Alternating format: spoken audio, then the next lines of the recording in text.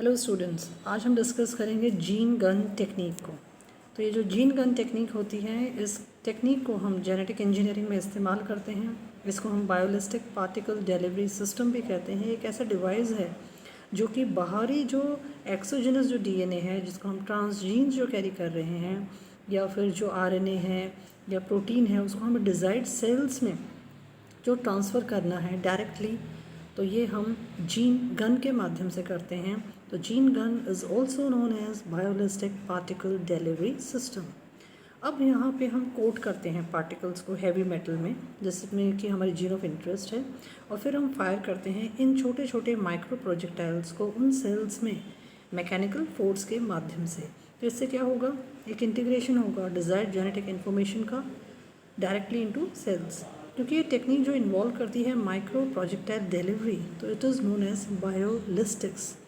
ये जो डिवाइस होता है, ये ट्रांसफॉर्म करता है एनी टाइप ऑफ सेल में, और ज़रूरी नहीं है कि ट्रांसफॉर्मेशन न्यूक्लियस के लिए ही हो। ये अलग अलग प्रकार के जो सेल में ऑर्गेनल्स होते हैं, प्लास्टर्स, माइटोकॉन्ड्रिया, सभी में हम इसका इस्तेमाल कर सकते हैं। हम बाहरी रूप से एक्सोजेनस जो डीएनए है, आरएनए है, प्रोटीन है, उसको हम इस मैकेनिकल मेथड से डायरेक्टली इनटू डिज़ायर्ड सेल हम उसको ट्रांसफ़र कर सकते हैं।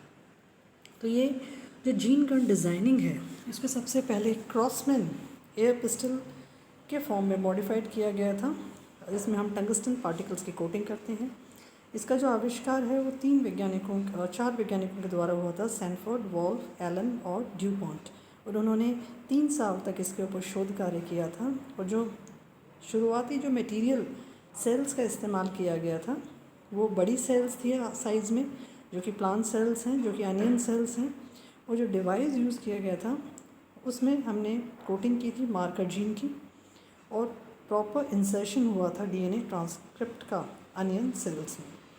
ये जो जेनेटिक जो ट्रांसफॉर्मेशन हुआ था, उसको हमने एक्सप्रेशन देखा था कि जो मार्कर जीन है वो अनियन सेल्स में अपने आप को एक्सप्रेस कर पा रही है। तो इस तरह से हमने ये देखा कि जो टंगस्टन जो प्रोजेक्टिल जो कैरियर्स होते हैं, उसके मुकाबले में गोल्ड अगर हम करते हैं माइक्रो प्रोजेक्टाइल्स में उपयोग, तो वो ज़्यादा उसमें फेवरेबल रहता है जीन गन डिज़ाइनिंग में।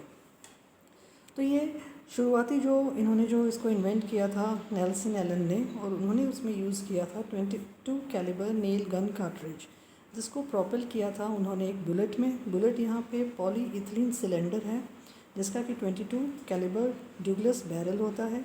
एक ड्रॉपलेट होता है टंगस्टन पाउडर का, जिसमें हमें कोटिंग करते हैं जेनेटिक मटेरियल की। उसको हम प्लेस करते हैं बुलेट में और शॉर्ट करते हैं उसको पेट्री डिश में नीचे। अब ये जो बुलेट होती है वो वेल्ड हो जाती है डिस्क में, जो कि पेट्री प्लेट में है। वो जो जेनेटिक मटेरियल है वो सीधा पे सीधा ब्लास्टेड होगा सैंपल में, और जिसमें कि मिडल जो सैंपल होगा उसका डिवास्टेशन होगा। एक रिंग होगा गुड ट्रांसफॉर्मेशन का, उसके चारों तरफ एक पेरिफेरी के रूप में बन जाएगा। तो ये गन जो होती है वो कनेक्टेड होती है वैक्यूम पंप से और प्लेस्ड अंडर होती है वैक्यूम में। अर्ली जो डिज़ाइन था वो पुट फॉरवर्ड हुआ था लिमिटेड प्रोडक्शन में, रमसे लूमिस ने उसको किया था ऑफ यूएस से। अभी हैवी मेटल्स को हम उसमें यूज़ करते हैं, जैसे कि गोल्ड है, सिल्वर है। हम इनको ज़्यादा प्रयोग में क्यों करते हैं? क्योंकि ये डिलीवर करते हैं जेनेटिक मटेरियल को। इनमें बहुत लोअर साइटोटॉक्सिसिटी होती है in comparison to traditional method of transferring the genetic material using tungsten projectile carriers. तो अगर हम इसको विजुलाइज करें डायग्राम से कि किस तरह से हम जीन गन मैकेनिज़्म अडॉप्ट करते हैं, तो आप देख सकते हो ऊपर की तरफ जीन गन बैरल है। यहाँ पे रेड कलर में आपको दिखाई दे रहा है प्लास्टिक डिस्क, जिसमें कि डीएनए कोटेड गोल्ड पार्टिकल्स हैं। बीच में आपको क्या दिखाई दे रहा है एक डिस्क, जो कि स्टॉप बाय अ स्क्रीन है। जैसे ही आप उसको दबाओगे ट्रिगर को, तो आपको जो डीएनए कोटेड जो गोल्ड पार्टिकल्स हैं वो कहाँ जाएंगे? आपकी इच्छित जो भी आपकी डिज़ायर्ड जो सेल्स हैं, जो कि आपने पेट्री डिश में नीचे ली हुई हैं, और डायरेक्टली जो भी आपका जो फॉरेन मटेरियल है, जो कि ट्रांसजीन के रूप में डीएनए है, वो वहाँ से ट्रांसफ़र हो जाएगा टारगेट प्लांट सेल्स में through this gene gun barrel. So this is a very simple diagram which is illustrating how the gene gun barrel, which is having a plastic disc coating of DNA golded particles, और यहाँ पे आप क्या देखते हो कि उसको आप स्क्रीन के माध्यम से स्टॉप करते हो। जैसे आप ट्रिगर दबाओगे तो स्क्रीन यहाँ पे खुल जाएगा, और आपका जो DNA कोटेड जो गोल्ड पार्टिकल्स हैं वो ऑटोमेटिकली कहाँ जाएंगे? आपके टारगेट प्लांट सेल्स में। इस चीज़ को क्योंकि यूज़ किया गया है तो आप देख सकते हो कि पार्टिकल बम्बार्डमेंट मेथड, आपने यहाँ पे राइट साइड में अगर आप डायग्राम देखो तो मेटल पार्टिकल जिनमें की कोटिंग है डीएनए की, उसमें डिज़ायर्ड जीन्स हैं, ये आपका जीन गन है, इससे बम्बार्डमेंट होगा आपकी जो प्लांट टिश्यूज़ हैं उसमें डीएनए कोटेड पार्टिकल्स का। अब जो क्रोमोसोम्स है उसमें इंटीग्रेटेड डीएनए होगा डिज़ायर्ड जीन का। दूसरी तरफ आपने क्या लिया है, एग्रोबैक्टीरियम मीडिएटेड ट्रांसफॉर्मेशन, यहाँ पे आप TI plasmid carrying desired jeans है। आपको पता है कि जो वेक्टर्स के रूप में जब हम जेनेटिक इंजीनियरिंग को करते हैं तो सबसे पहले जो वेक्टर्स इस्तेमाल हुए थे वो प्लाज्मिड्स थे, other it is your RI plasmid और टीआई प्लाज्मिड्स। तो यहाँ पे एग्रोबैक्टीरियम है तो इसका को कल्टिवेशन करा गया प्लांट टिश्यूज़ के साथ में। अब यहाँ पे आपने एग्रोबैक्टीरियम मीडिएटेड और दूसरी तरफ आपका क्या है, जो आपने पार्टिकल से बम्बार्डमेंट किया है मटेरियल प्लांट टिश्यूज़ का, इन दोनों को आपने ज्वाइन किया।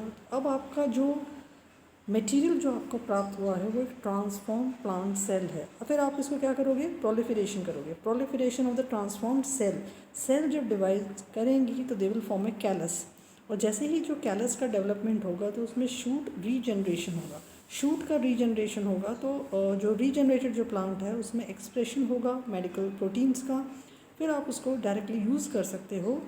एडिबल पार्ट जो है प्लांट का, it can be use for economical purposes. तो ये हमारा एक स्ट्रैटेजी रहता है, वे आउट रहता है कि हम किस प्रकार से जीन गन टेक्निक को, which is also known as the biolistic missile technology और ए पार्टिकल बम्बार्डमेंट मैथड, उसको हम किस तरह से इंटीग्रेट करते हैं through agrobacterium mediated transformation, and how we are actually transferring the transgene into a desired protein product। जो भी आपका इम्पॉर्टेंट जो इकोनॉमिकल बेनिफिशियल जो चीज़ें हैं उनको हम प्राप्त कर सकते हैं। बिकॉज जेनेटिक इंजीनियरिंग क्यों इस्तेमाल होती है, जेनेटिक इंजीनियरिंग इसलिए इस्तेमाल होती है कि हमारा एनिमल वेलफेयर के लिए वो कुछ उपयोगी हो सके।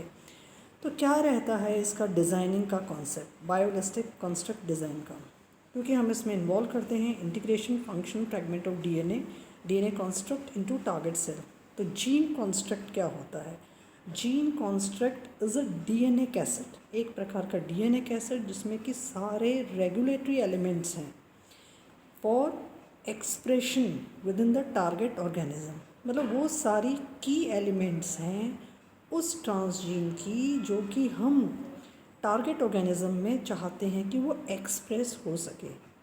तो ये जो जीन कंस्ट्रक्ट होता है इसका वेरिएशन हो सकता है, डिज़ाइन का वेरी हो सकता है, डिज़ायर्ड आउटकम्स कैसे हैं आपके, ट्रांसफॉर्मेशन प्रोसीजर कैसे हैं आपके, कंस्ट्रक्ट्स जो टिपिकली हैं वो कॉम्बिनेशन हो सकता है आपके promoter sequence, terminator sequence, gene of interest और रिपोर्टर जीन।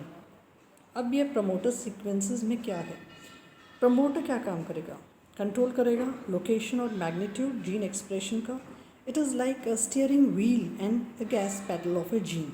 ये प्रिसीड करेगा जीन ऑफ इंटरेस्ट को और इसको हम चेंज कर सकते हैं लैब डिज़ाइनिंग में। 35S promoter cauliflower mosaic virus CMV हम जो कहते हैं, ज़्यादातर हम इसको यूज़ करते हैं एज ए प्रमोटर। दूसरा होता है इसमें टर्मिनेटर, ये सारे के सारे की एलिमेंट्स हैं।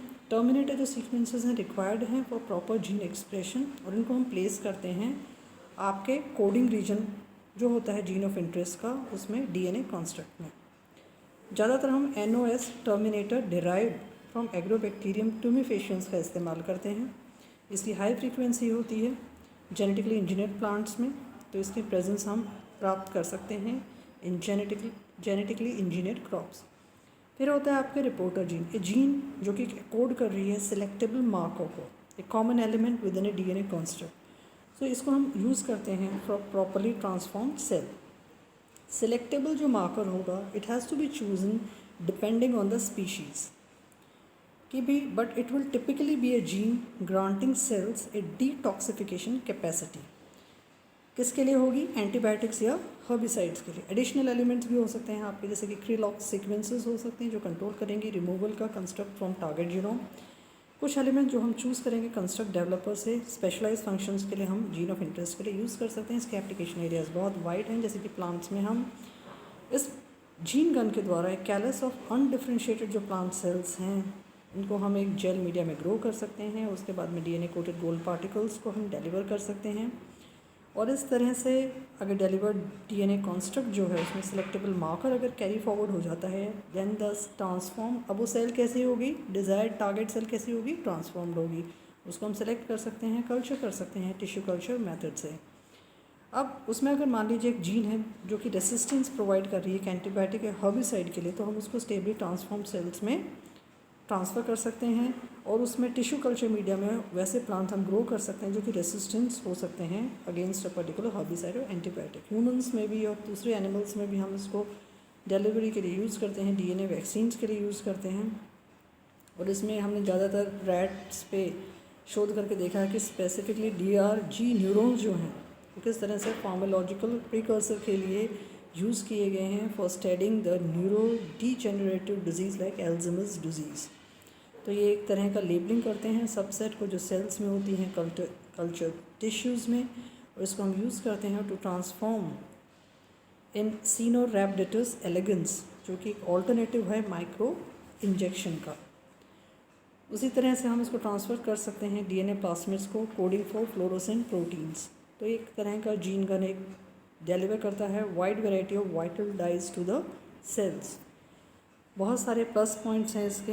एक वर्सेटाइल मेथड है जेनेटिक मॉडिफिकेशन के लिए, इंजीनियर कर सकते हैं, ट्रांसफॉर्मेशन रेसिस्टेंट क्रॉप्स हम कर सकते हैं, बीटी मेज़ को भी प्रोडक्ट है बायोलिस्टिक का। हम देख सकते हैं कि प्लास्टिड जो ट्रांसफॉर्मेशन है वो बहुत ज़्यादा ग्रेट सक्सेस रहा है इस टेक्निक के द्वारा। और एडिशनली हम एक फायरिंग जब जीन गन का करते हैं तो हम एक जनरेट कर सकते हैं 2 ट्रांसफॉर्म ऑर्गेनिजम्स। तो हम मॉडिफिकेशन स्पेसिफिक टिश्यूज़ इन सिट्यूज़ में स्टडी कर सकते हैं।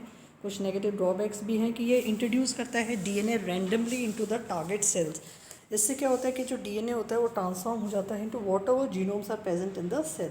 जो डिलीवरी और इंटीग्रेशन होता है मल्टीपल टेम्पलेट्स का, वो एक डिस्टिंक्ट पॉसिबिलिटी है जिससे हम रिजल्ट कर सकते हैं potential for variable expression levels. ये जो एबिलिटी होती है कॉन्स्ट्रक्ट की to give and take genetic material from other construct causing some to carry no transgene and others to carry multiple copies. तो एक तरह का एक लिमिटेशन है ये।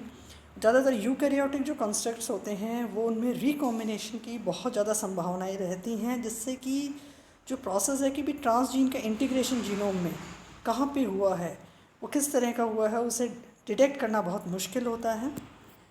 अब this is all about your gene gun technique. I hope you are able to understand it clearly. Thank you.